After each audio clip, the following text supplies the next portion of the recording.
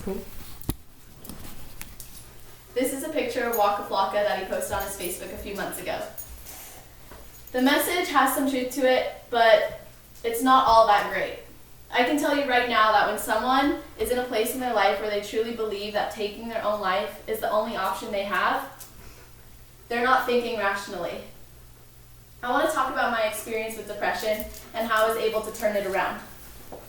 I wanted to contribute massive amounts of help, support, and knowledge to the world, but I didn't think the world cared about what I had to say. I felt lost in my own skin, hopeless and unmotivated, all while feeling empowered, inspired, and completely rational. I was a walking contradiction, and I didn't know why I felt the way I did. Luckily, when we change ourselves, our mindset, and the way we look at things, the things around us begin to change too. I realized that even the worst parts of me were influential in the best parts of me. But I honestly did feel like dying was my only option. I was fighting myself mentally. I knew I had a lot I wanted to do, see, and accomplish, but I didn't know who I was or who I wanted to be. I hated my body, and I wasn't motivated or inspired to live.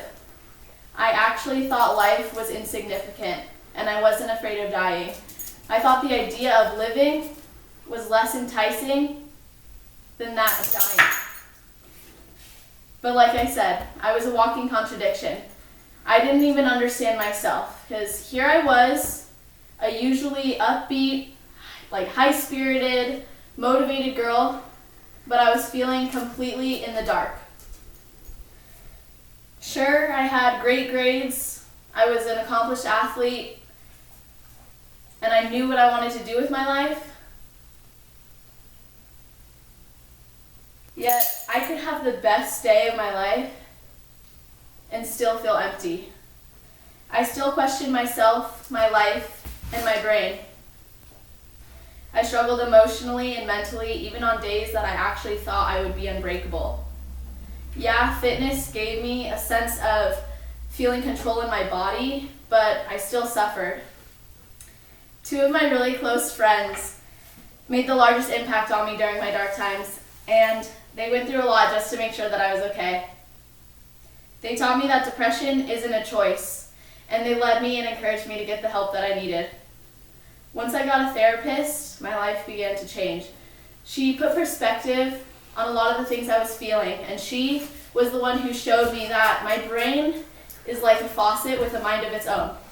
So sometimes it'll pour out feel-good hormones and sometimes it won't. And I can't tell it to do that. So I learned that I just had to change my response. And there's this quote that says, when we're no longer able to change a situation, we're challenged to change ourselves.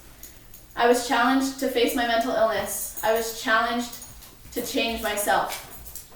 I stopped running and hiding from myself, and I started making breakthroughs. All of the pain, all of my so-called failures, all of my doubts are what give me the strength and the courage to succeed and grow.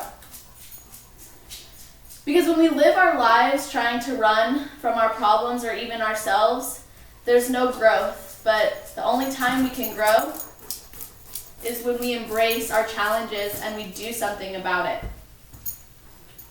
Even when it may not be in our control, we can respond differently and generate change. My depression is no longer at the level that it used to be. I no longer feel like I'm surrendering to the darker me anymore. And I used to be consumed by it. My own mind would scare me and actually give me anxiety. So I would go through days wondering if later I would suddenly reach that point of complete loneliness and complete losing myself and feeling like I needed to hide, or like dying was literally the only option. I was really afraid of myself. So I started responding and interacting with people and the things around me differently. This way, the outer things couldn't affect me on the inside as much.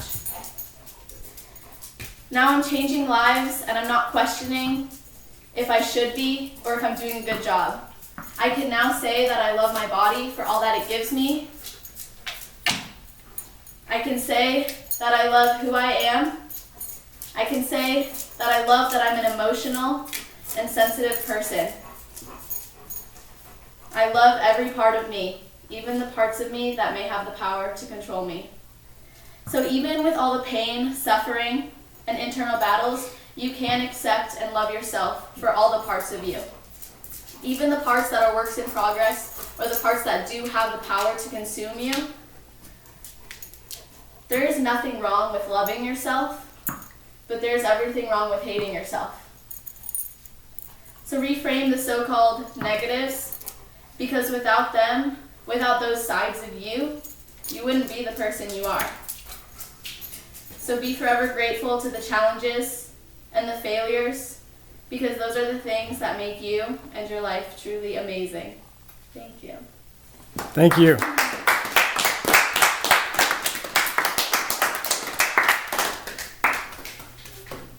It's now a whole movie. Thank you.